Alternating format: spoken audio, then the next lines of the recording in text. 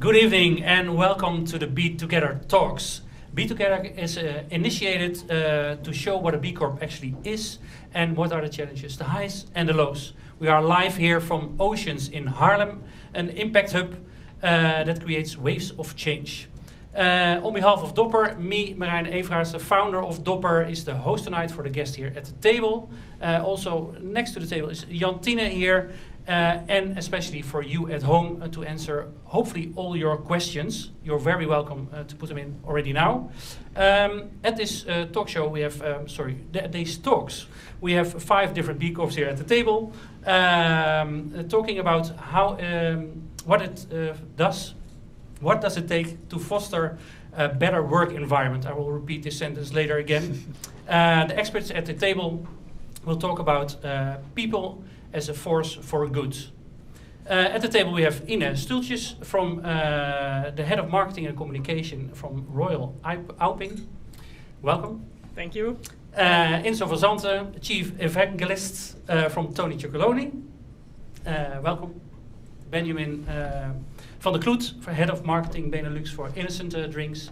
And Laura, and now I have to say it in één keer, one time, very good, huh? Vicaria, CSR manager from Mudjeans. Behind the scenes, Jantine, for all your questions, and she is the content specialist at Dopper. To understand what a B Corp is, we have a very, very short video to understand this. So let's take it away with the video. There are more than 3,000 certified B corporations in 150 industries around the world and growing every day.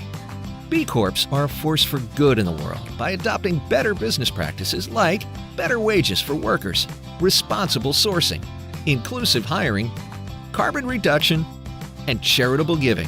What they all have in common is a commitment to do less harm and do more good, just like you. Choose better, do better, feel better. So, welcome back. I would like to start with introducing my colleague Virginia Jankilovic. She's the CEO of Dopper, and she will tell about people and culture at Dopper.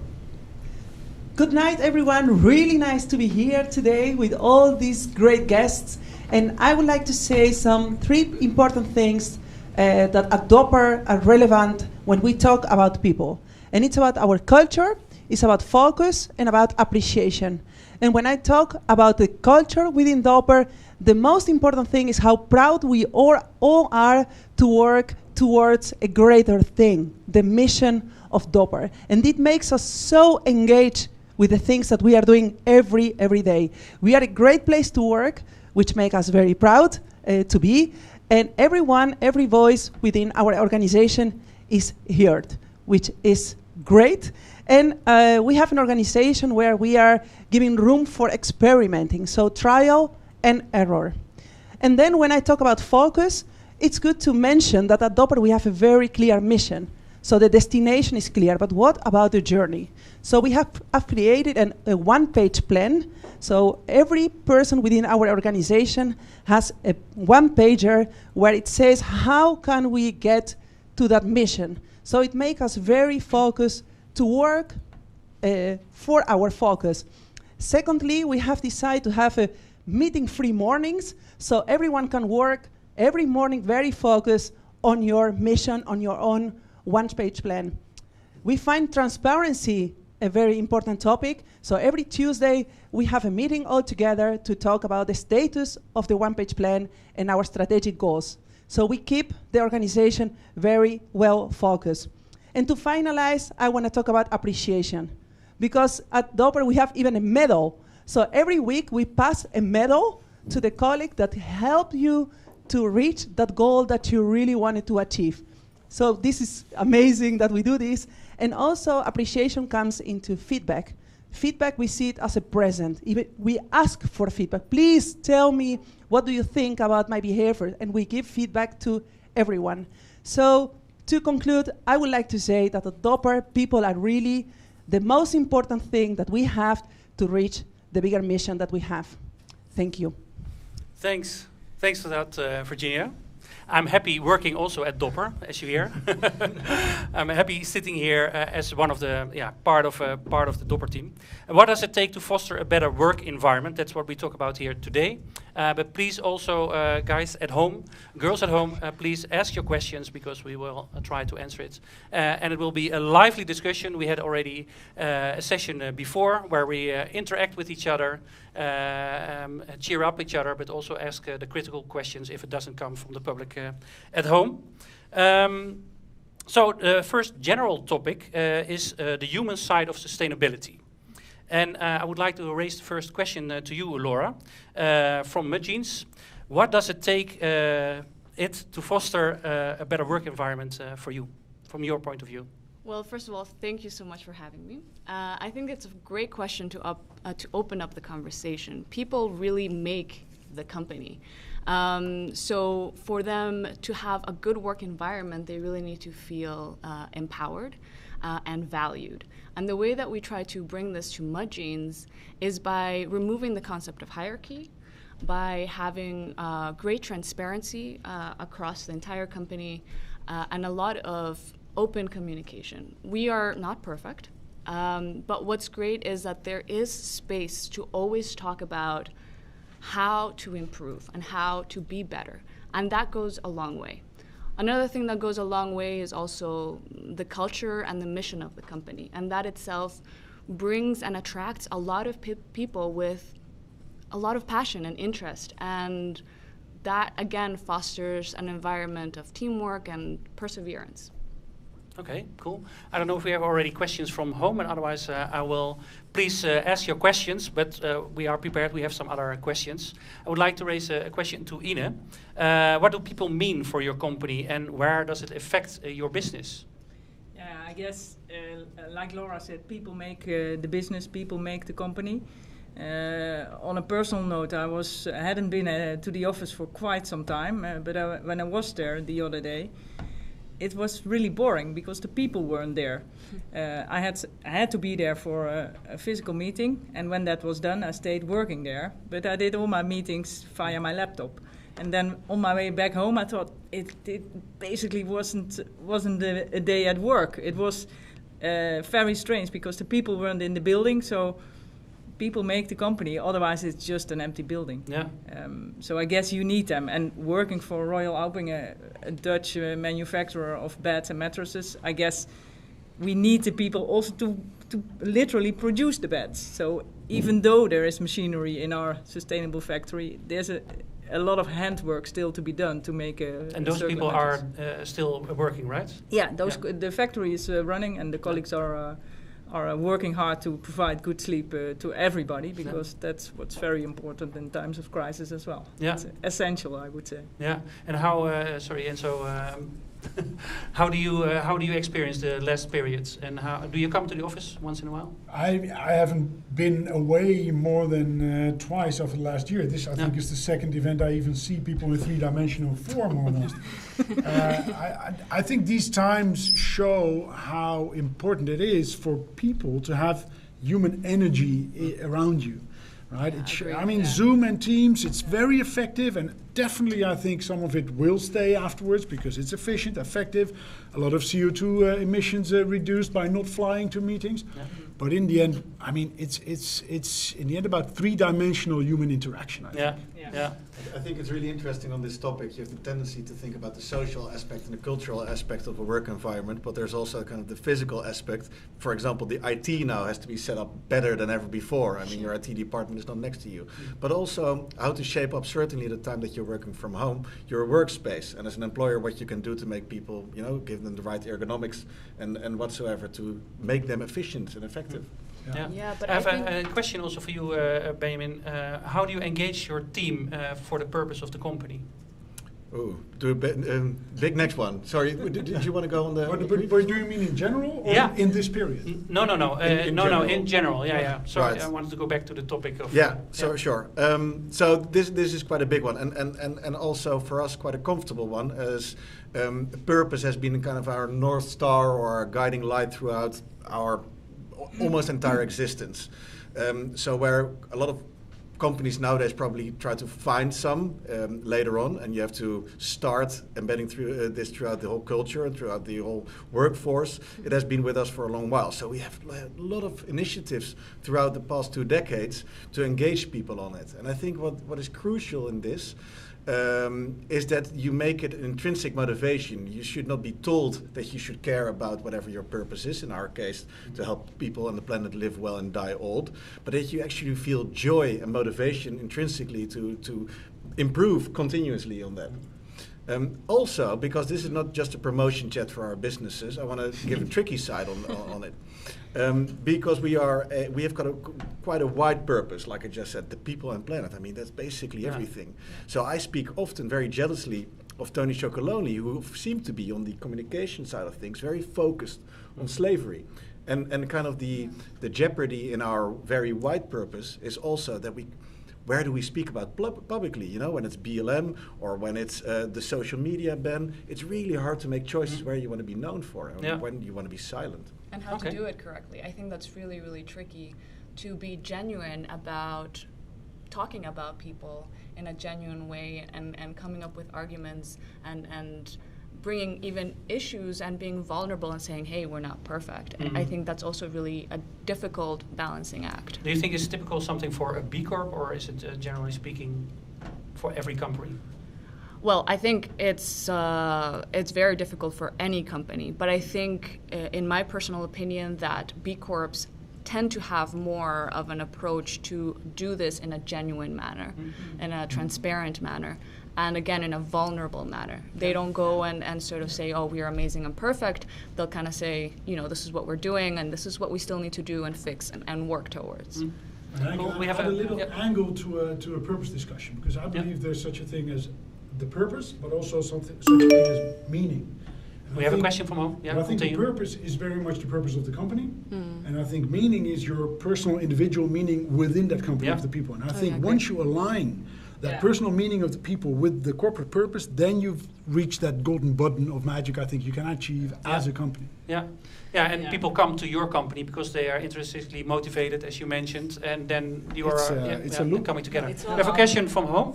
Jantine, please. Yes, we have a question from Armel. Thank you for that. How has your commitment to your people and talent management, as B Corp amongst each other, into greater resilience into these troubled home offices times? Anybody can answer this question. So how has your commitment to the people and your talent management into greater resilience into these troubled home offices? I think when we first met lockdown, or first were faced with lockdowns, I think in our company it was clearly said and also followed up upon that if you have meetings and if you have to step out of a meeting because there's something going on in your home, there's a child or there's a neighbor who needs help or whatever, you're allowed not to be there or to step out of the meeting. And I think that empowered a lot of people to combine the career and the child together, or the homeschooling and the helping each other. And I think once that was set, it was a tiny thing, but a big effect. And just before the show, you said already the factory workers are still working. That's part of your company. But Tony, you also have your own employees, but there's also farmers who are working abroad. Do you interact with them also in? Definitely. But one step back is that we always say we're crazy about chocolate, but serious about people. And then number one of serious about people, we always say, is our own team, which is slightly narcissistic. But we're convinced we can only reach that humongous goal of 100% slave-free chocolate by having the most engaged and committed team. But that's always put to the test, obviously, in times like this. You can always say people first, but then what happens when this happens? Now, for me, it was great to see that we put complete focus on our team first. Second, indeed, on the farmers, and only third on the business. How's the business doing? We're in constant contact with the cooperatives to see how it's going. For a long time, there were very few infections, fortunately, in Western Africa. Unfortunately, recently, that's really risen. We've in the early days of COVID, we've launched a campaign of rinsing hands, soap dispensers, water dispensers, posters to you just run the campaign? We help we help the cooperatives. Oh well, great. I think if nobody else has a something to add, I would like to go to the next topic. It's the tension between people versus the other goals or the interests of the company. In other words, are you customer-centric focused or employee-centric focused? Ine, if I may start with you to ask this question, what kind of people do you actually want to hire for a purpose-driven company? Yeah, apart from, I guess, people who can share the vision that we have, bringing rest to the world, I think it's important that you feel that, or that you want to contribute to good sleep and understand the importance of it. I think we would also like to see people who are resilient, who show some flexibility, but also go after achieving the big goal that we have in making the sleeping world more circular. I think that's a big thing, and if you want to change that, you also need some kind of people who go after that goal and stick to the plan. And keep an open mind sometimes to go after another plan. Yeah. And I think one of the examples that we've shown in our company is that when we stood up in the beginning of the crisis, also producing face masks for the medical face masks for the Dutch government. I think that was because we saw there were issues and we had an open mind towards society. So that kind of characteristics I think is important to have or to look for after if you want to hire people or if you want to find new colleagues. Yeah. Ben, if I may ask you, do you have any hiring values? Something what you're interested to take with you as a company, as a starting point? Yes. Our values are really important to us. We hold very dearly to them. So we've got 5 values within Innocent, which are responsible, natural, entrepreneurial, commercial, and generous. And we basically fully hire on those 5 values, whether people live up to it. And even if they bring all the skills and experience to the table required for the job, but they don't live up to these particular values, we might decide not to hire that person, or we probably won't hire that person.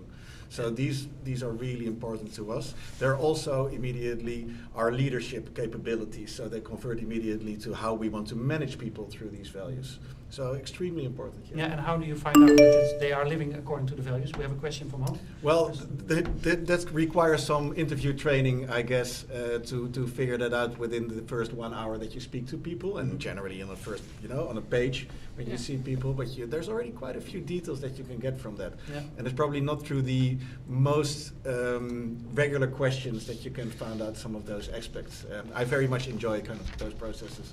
Okay, cool. Anna, you were nodding. Laura, sorry, you were nodding. You want to add something to Benjamin? No, absolutely. I think that goes very much hand in hand. You very quickly can notice if that person matches the values of your company.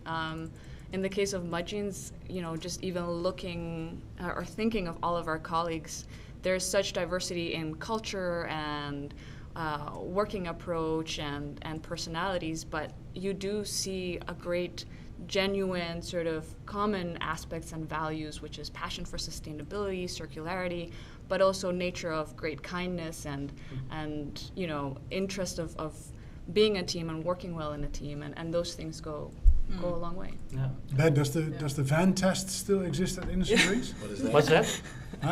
Been there, done that. Back at Innocent Drinks, we used to have the van test in the hiring process, which meant simply, can I be with this person in a van from Amsterdam to Maastricht without the radio on and throwing that person out around Utrecht? So that was just the van test at the hiring process. I think we call it differently nowadays, but it is still something we think about. Can I add something to values, which I find really important, because I can imagine that businesses at a very startup phase are listening to this chat and think about, when you have 5 people, why should we think about having our company values? What I find awesome about having values is that you get a certain group with a certain personality, collective personality in an office. Yeah. And I've worked for companies where the brand was completely something completely different than the inside of the company. And what I absolutely love about Innocent is the brand personality on the outside is the reflection of our collective personality of people on the inside. Definitely. I think the values sort of translate into a culture of the company, and that culture itself can sort of help transform and push the mission forward. And That's the way I see it. Especially when a company is growing, and I've had the joy to have been working for Innocent Drinks as well in the past, and I still recognize what you are saying, Ben, because you are this collective, and you all have the same values, and you show it outside, and then it starts turning, and it starts growing and growing slowly. I think it's great to hear that that the fan test is still on. Still on. We have a question from home. Cool. Jantine? Yes, it's a question from Marieke for Laura. How do you make decisions without hierarchy? Yeah, well, it's just a very open, we have the main owners of the company, but in terms of talking and making suggestions, it's a very open discussion. So I can pick up the phone and call Bert, our CEO, who's also here, and say, hey, Bert, I was thinking of this and this and this, or let's sit down and toss around some ideas. And it's just a very open communication, and at the end, there is just a decision that is made based on what makes sense for the company. So is that always organically, or is there, if it's like 50-50, Bert has final say at the end? Well, he is the CEO, of course, but you have the space to sort of say, hey, look, this is really good. We have this information. I think this can go a long way, and you can push for it. And if it makes sense, it'll go forward. And I think that's really great to have, because even myself, I'm only with the company for a year and a half, and many times I sit and I come up with a strategy or come up with ideas, and I feel very comfortable to come and bring those ideas forward and sort of discuss them without having any fear or hesitation. And at the end of the day, you should feel comfortable to discuss and even debate certain concepts and objectives. So, yeah. That's interesting. Yeah, I feel really that it's in the DNA of B Corps, that the purpose is there also for all the employees which are working there, and they feel part of the whole team and the whole mission. So that makes everyone together. So I think a very clear purpose gives you a compass in decision making as well. And and so I don't know if you experience in the corporate world, but do you see a difference between corporate and like B Corp, more purpose-driven companies?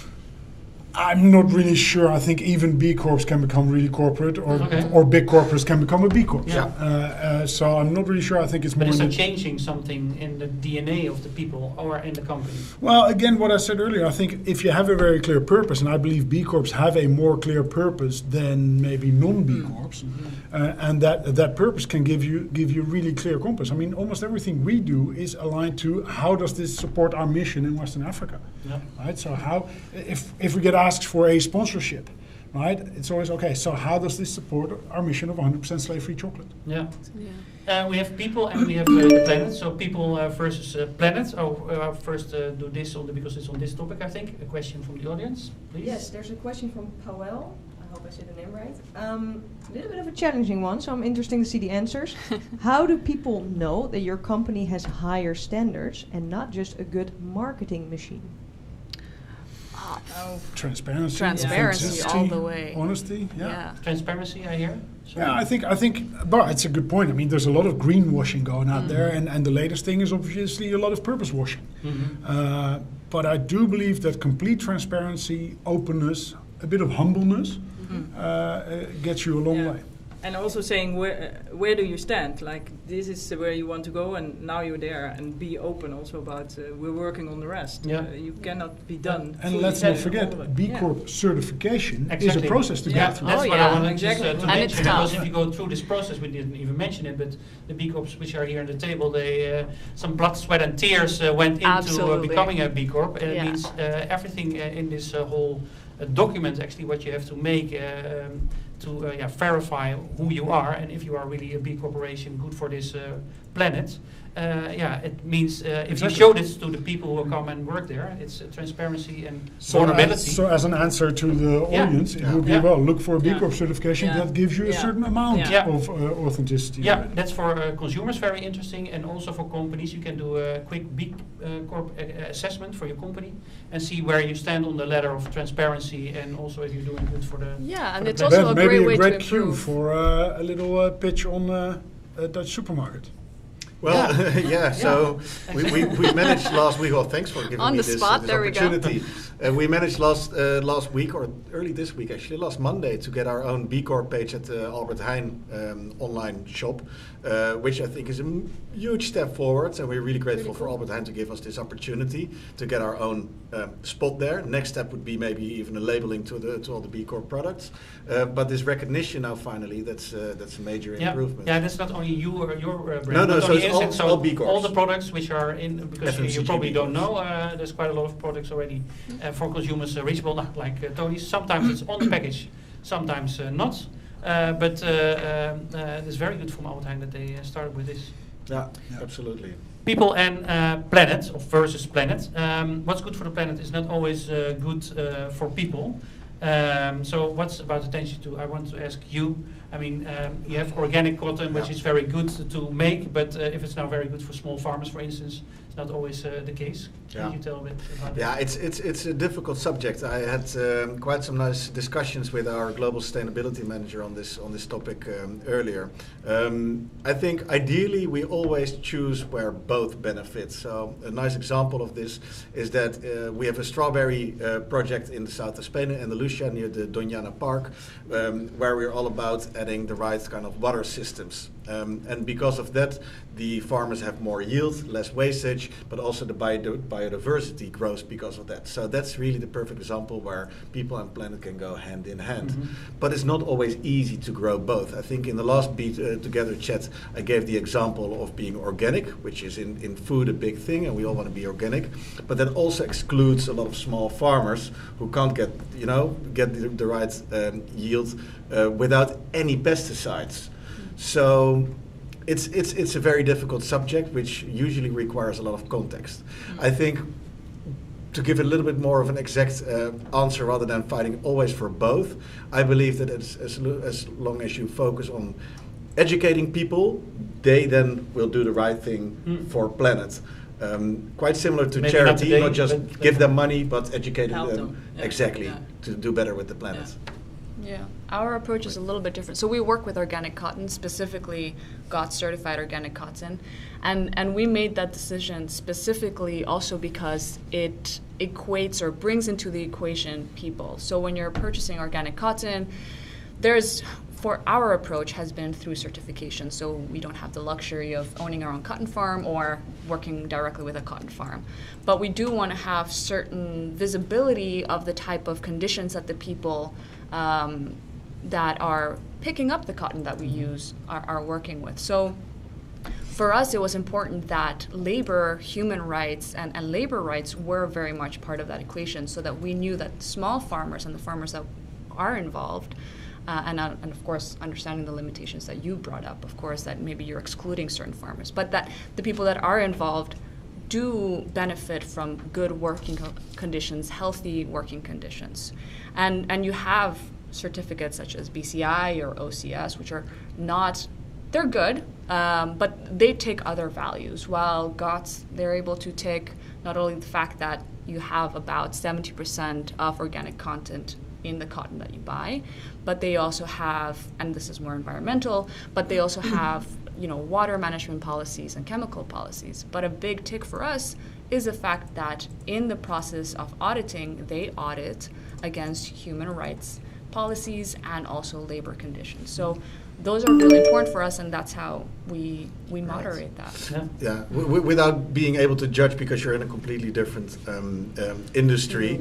I think what is interesting, what we do is we assess it. We don't necessarily audit you're in, you're out. There are also many suppliers that are not at where we want them to be yet, but we kind of guide them to there, because that also means that collective improvement is growing towards a more sustainable environment. And I think that's a great approach, especially, and I think for that you need a little bit more of a scale to be able to work directly with certain farmers or certain individuals and help them, as you said, just slowly progress towards what we like to call continuous improvement, right? It's not about being perfect, but it's about having the intention to move in that direction. Yeah, and that's also nice about the B Corp assessment. You start at a minimum of 80 points, and you can have a maximum of 250 if I'm or 300.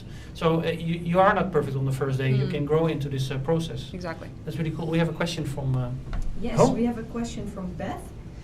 In your early development years, do you feel you had to forfeit a degree of financial success to stay true to your social and sustainable message? Can you repeat? Yeah. Can I dive into that one? Go ahead. No, I think often you get the question. So how do you balance sustainability, ethics, and financial success? I think that's a wrong starting point. I think once you start seeing it as two ends of a spectrum, you lose the potential of seeing it as a synergy. And I think Tony's shows that if you stop seeing it as something that's contrary to each other, you can add them up and become financially successful. I mean, for us, it's essential to be financially successful, but it shouldn't be an end goal, right? It's a means towards a goal. Exactly. And I think for every company, if you let go of it being a paradox, you can reach a higher level. Yeah. Is Tony's think is perceived as organic? Is it organic? No, it's often I often get that question. Yeah. It's not, and there's a clear reason for that, because we're focusing on farmers in Western Africa that are so underpaid and live in so much poverty that probably to ask them to become organic, their yield will become even lower. So you first need to get them to that living income standard, and at least pay them a living income reference price for the cocoa beans that they deliver. And yes, we help them decrease the use of pesticides and increase the amount of compostation, for example, and help them improve their farming methods. And only if they reach a certain point of yield, of effectivity, then I would love if we could reach that point that we could then help them become organic. Yeah. Well, not at the point that they're in now. No, but this is also part of the growing process. And for Auping is perceived is a front runner in sustainability concerning mattresses. But do customers understand, or is this a reason to buy a mattress at Auping? How do you perceive it? I think more and more we developed a circular mattress. That means then that all the ingredients of the mattress can be reused over and over again. So the mattress becomes a resource for a new mattress, and that's a difficult story to explain to consumers. But and it's really unique, right? I believe it is unique. I think we have never. So far, we have not seen anything similar and at such a high level as we do. There's people that call their mattress circular or sustainable, but it's a bit different than I once heard you could fill the Ajax Arena, quite current tonight. The Ajax Arena with mattresses every year that are thrown away in Holland that are not recyclable. Only in Holland. Only in Holland. Yeah. So it's 1.5 million mattresses that are being discarded every year in the Netherlands. Most of them end up as landfill. Some end up at the street. That's the worst you can do, I think. Auping started years ago already with a take-back system. So we were already in charge of sorting out how to recycle the materials. And now we have come up with a fully circular mattress. And it's I think we made an interesting campaign about it, explaining the story about these 1.5 million mattresses. We used old mattresses to tell our story. We painted them, and they are the canvas to explain the new story. You see it on the screen, the story of 1.5 million mattresses. But I guess it's not for every consumer the reason to come to a store and to buy the circular mattress. But once we have them, they do get the message, and the campaign is understood very well. But most important is that we deliver a product that is really comfortable to sleep on. And that's why you buy the mattress. And by the way, it's a circular mattress. And we believe in the purpose of changing the world into circular mattresses. And we will get there, and we have only just begun. And I think an important step there is that maybe you get to it later, that we open up the technology to others. And then I think we have looked a bit at what Tony's does. Share our knowledge with others and say, if you want to join our revolution, then please use our technology. And that's other mattresses companies you actually invite to be part of, or you explain to them how to deal with it. That's also the collective improvement, as you explain it, Ben. Can I ask you, being the devil's advocate, do you ever get the question from people, because you're a premium bed brand, I mean, kind of the summum of what you can get, like, why should I pay as much for that because it's reused? Shouldn't it be cheaper now? Yeah, we get that for our jeans all the time. Yeah. How do you deal with Yeah, and that? I think there we have to work to explain that maybe a bit sharper, that it's not an old mattress. It's a completely new mattress. Apart from the fact that the ingredients or the materials, they have been used already in a mattress. But it's a fully clean, healthy, ventilating, you make new great, materials out of it. You recycle it. Yeah. Back to the very fiber of things. So, and interesting because the other day someone said, but why is it an argument, or is it a benefit you should use to sell the mattress? Maybe you should just talk about the quality or the comfort of it. Or And the cost of an arena filled with mattresses are externalized. That's a problem with sustainability. And that's also a thing that we are working on. We are collaborating with competitors to come to a standard to this to help The Hague actually in the Netherlands to come up with policies because as a manufacturer in the end we will be held responsible for the products that we put on the planet. But I think this is a great link in the way how B Corps think about people, and it isn't just the people in our companies, but B Corps actually also think how their decisions impact communities. So you deciding to create a circular product affects the local Dutch community. You pushing certain policies also affects the Dutch communities. And also us, we're working in circular denim, circular fashion, and just like you guys, and again, I think this is also part of B Corps, we love to share our knowledge, and we are pushing innovation, but sharing that knowledge so that anyone can take that and apply it in their own businesses. Again, having a global communal impact and just, using our business as a force for good. Yeah, awesome. No pun intended. We have another question from home, Jantine. Yes, interesting question from Jelmer. Without diminishing accomplishments, this is also the time for urgency. How do you combine your optimism with the ugly truth? Wow. So throwing by incorporating that urgency in your business, I think we're an annoying company to many because we keep pushing and pushing. But at the same time, you need to also cooperate. But I believe I think maybe that's the energy that many B Corps radiate.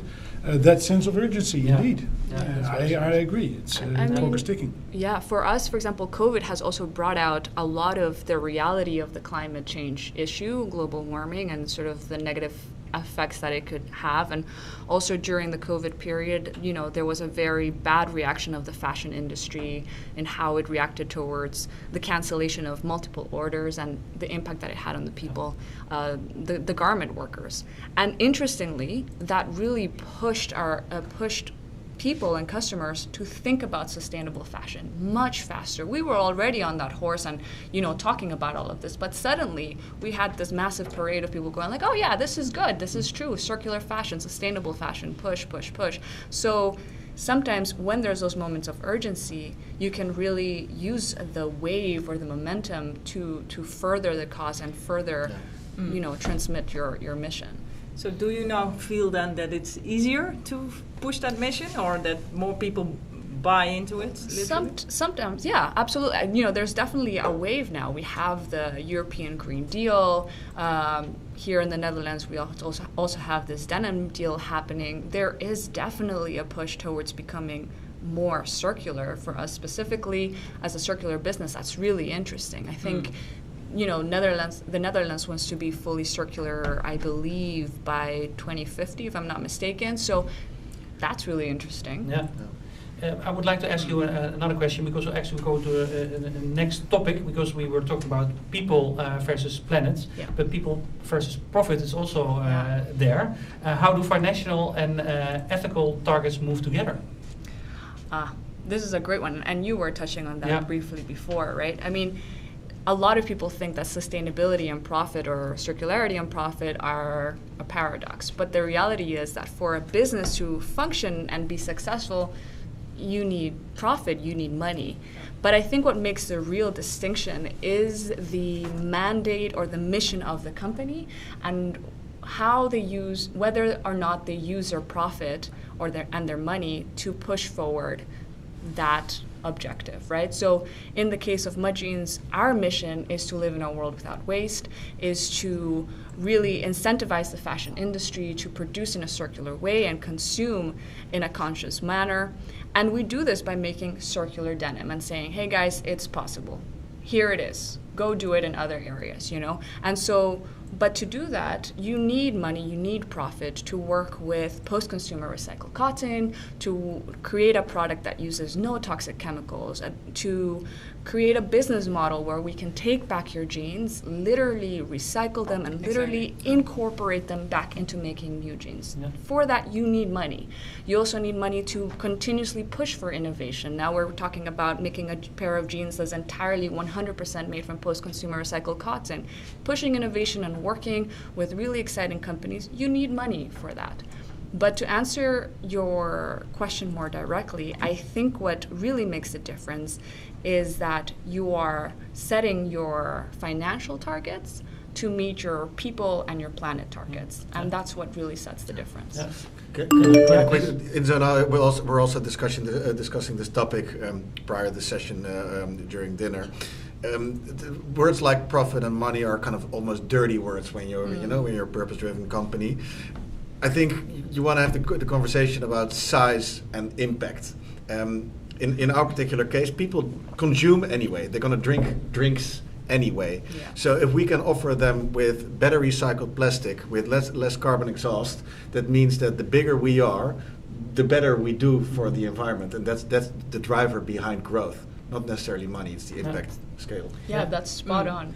Plus, the easier it gets for a consumer to contribute to it. Exactly, the accessibility increases. Exactly, making it an easy choice. You know, one thing for us in sustainable fashion, you have people that are really motivated to, you know, be sustainable, and they'll spend half an hour researching what is the best white organic cotton to buy. But most people don't have that time or interest, and with size, with scale, it suddenly becomes an easy choice. Yeah, and it's part of your view every day. Yeah? Exactly. If there's more of B Corp products around you, it's easy to make the choice. Exactly, and you, by making that easy choice, you also have a bigger impact, a bigger positive impact on society and the environment. Yeah, I think we have a question from home. Yes, we have a question.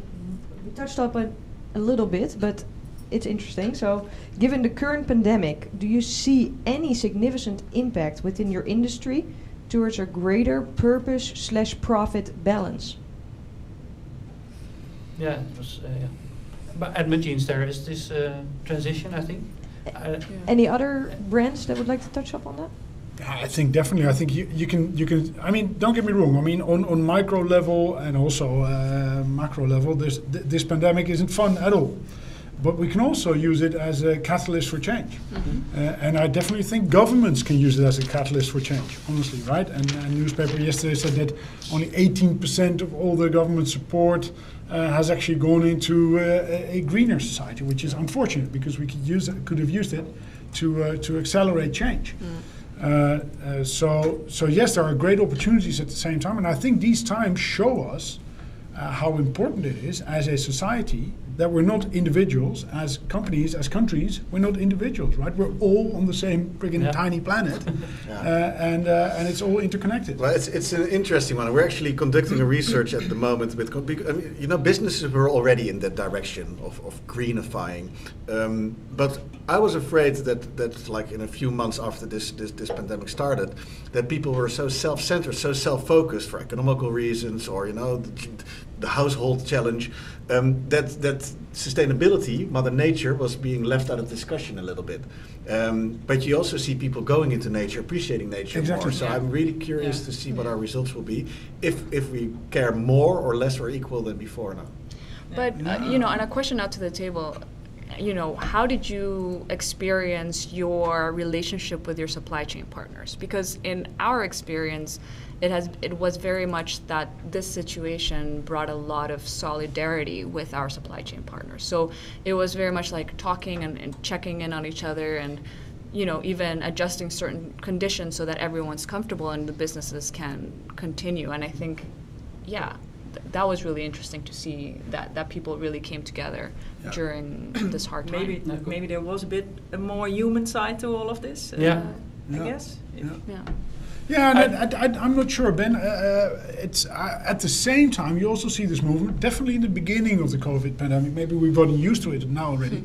That you saw communities reaching out to each other a bit more than I was used to, right? And organizing stuff together, getting food trucks into your neighborhood to support that food truck as well. So there's this is slowly fading out right now, right? Well, or it has become normal. So it's so it's also like it was tough for us not to be able to go to Ghana and Ivory Coast, to the cooperatives that we work with, have face-to-face contact with the farmers.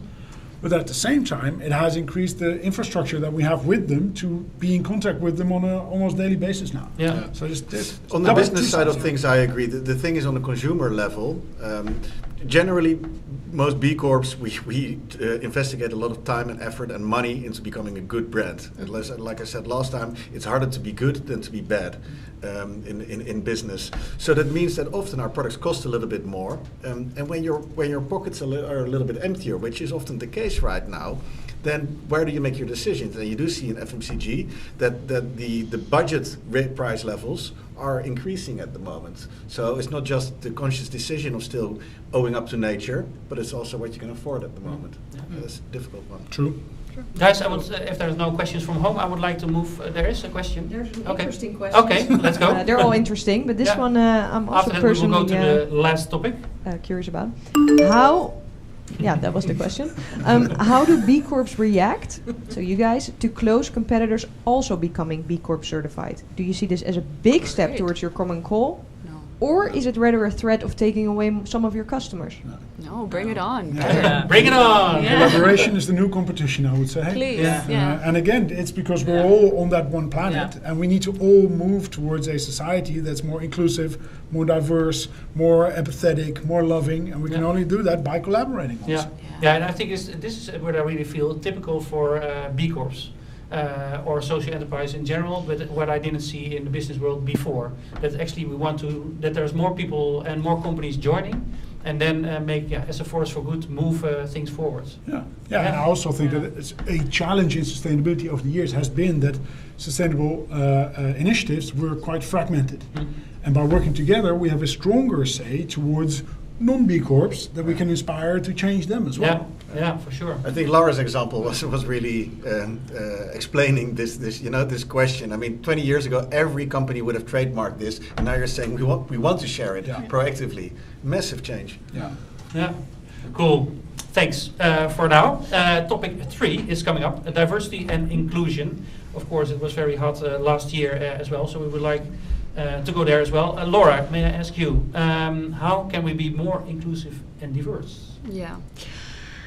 You know, even last year when the Black Lives Matter movement took place, Mudgeons did a lot of reflecting on this matter, on this topic, as I imagine many of us did. And, you know, our first reaction was like, no, guys, we're so diverse. I mean, we have people from like India, Colombia, Australia, like even the dog is multicultural and from, you know, Sri Lanka, you know, adopted from there. So we were all like, no, we're set, we're good. But then there was like a second reaction to that, and it was like, why are we being defensive about this? This is strange. And also, like, is it enough? And it's definitely not enough just to be anti-racist. And so there needs to be a further discussion on that. So in my role as a CSR manager, I took back and I just tried to understand a little bit what we could do, and I didn't know what to do. We're also a very small company. So one of the things that we did, we joined at the time, we are one of the starting members of a B Corp working group, and it's called Pro-Inclusion and Anti-Racism Working Group. And we joined that group very much to go in there, be vulnerable, talk about the things that we do and what we don't do, and also learn. So, and the reason why I'm also mentioning this here today is because it is B Corp Month, and this working group is actually having a really cool event on the 25th of March, and we have some really great speakers coming to talk about different topics within this inclusion and anti-racism and the work environment discussion. So I want to invite you all, and also all of our listeners, if they want to join. If you're interested, you can find the event on Eventbrite, but also B Corp website, and of course our website, social media. So if you're interested, please join. But going back to the question, that was really very much a platform where we started having that discussion. And as a result, we said, okay, we need to start working with more diverse models. We also decided to permanently include in our sustainability report a section on inclusion and diversity, with the purpose of permanently discussing this, making a space where we can measure our progress and talk about what we're not doing right.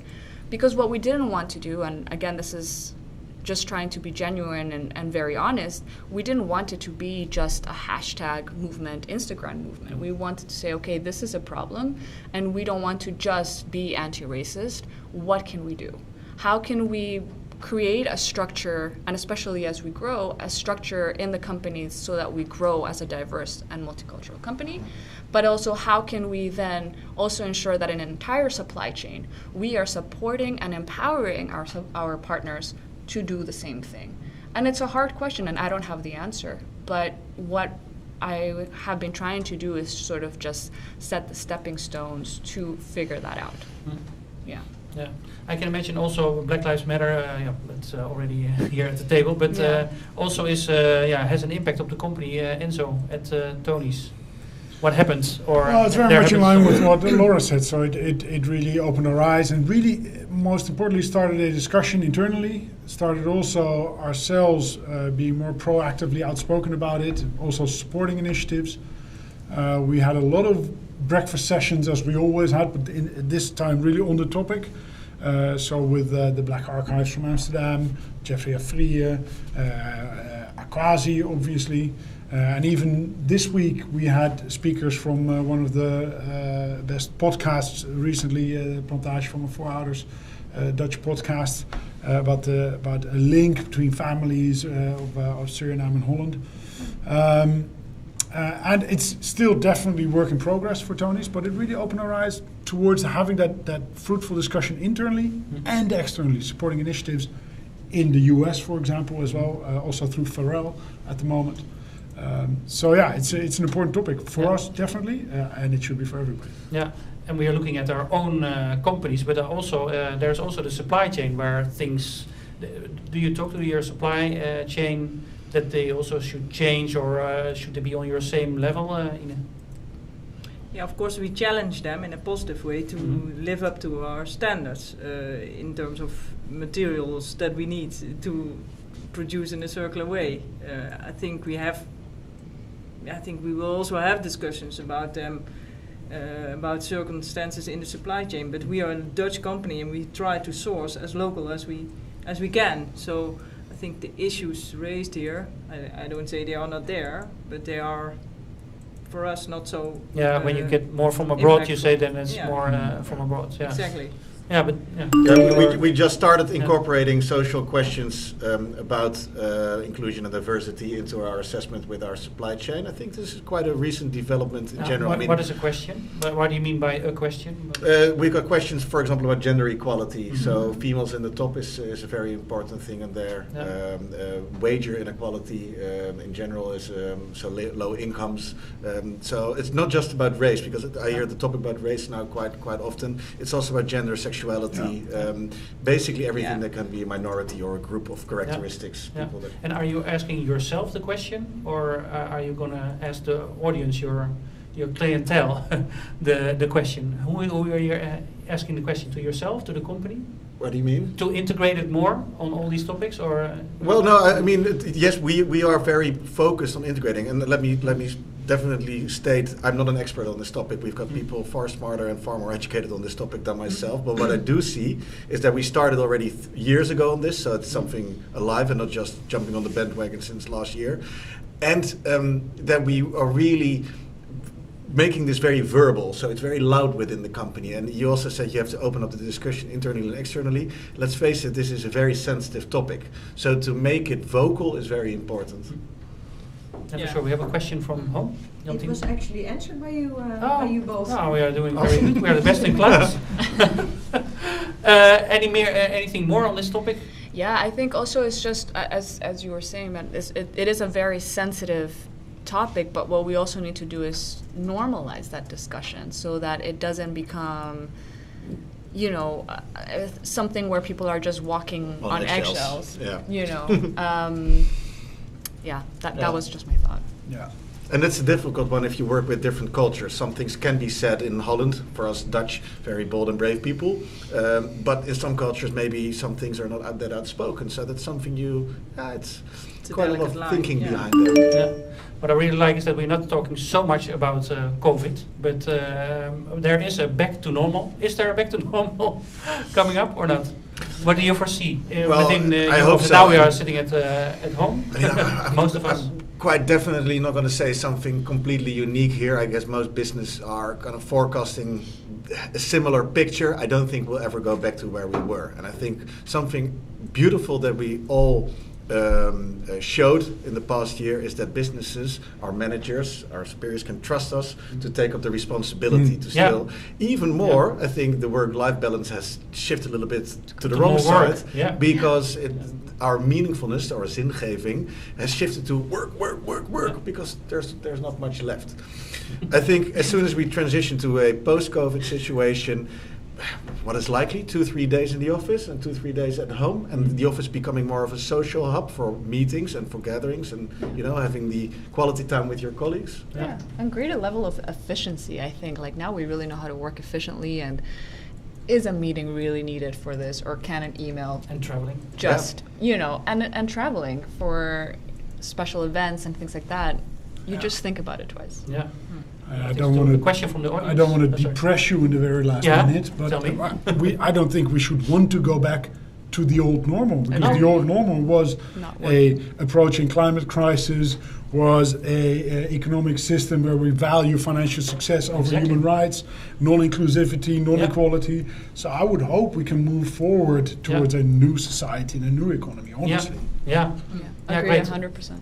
Question from the audience. Yes, a lot of general questions, so maybe one to kind of end the conversation with. In what field are you planning to improve your B impact score in the future? Is it for workers, community, environment, and why? Yeah, it's good to explain that there are different levels where you can score at the B Corporation impact assessment. Anyone wants to? Well, for us, it's actually really spot on. It's people. We are super strong environmentally, and we, of course, care about the people. It is part of our business structure, human rights, everything, but we don't talk about it enough, actually. We don't. Yeah. We're very good about talking how incredible our denim is and little biodiversity impact that it has, CO2 impact, etc., and all of the really cool innovation techniques that we use. And while we, of course, stay on top of audits and working with our supply chain partners, et cetera, we're not doing enough of talking about the work that we're doing, and also talking even with our supply chain partners on how to improve things. There's always space for improvement, so for us, that's our focus. Yeah. It's Innocent? Well, there's 200 points or more. I thought around 200 points to achieve. We are close to 100 now.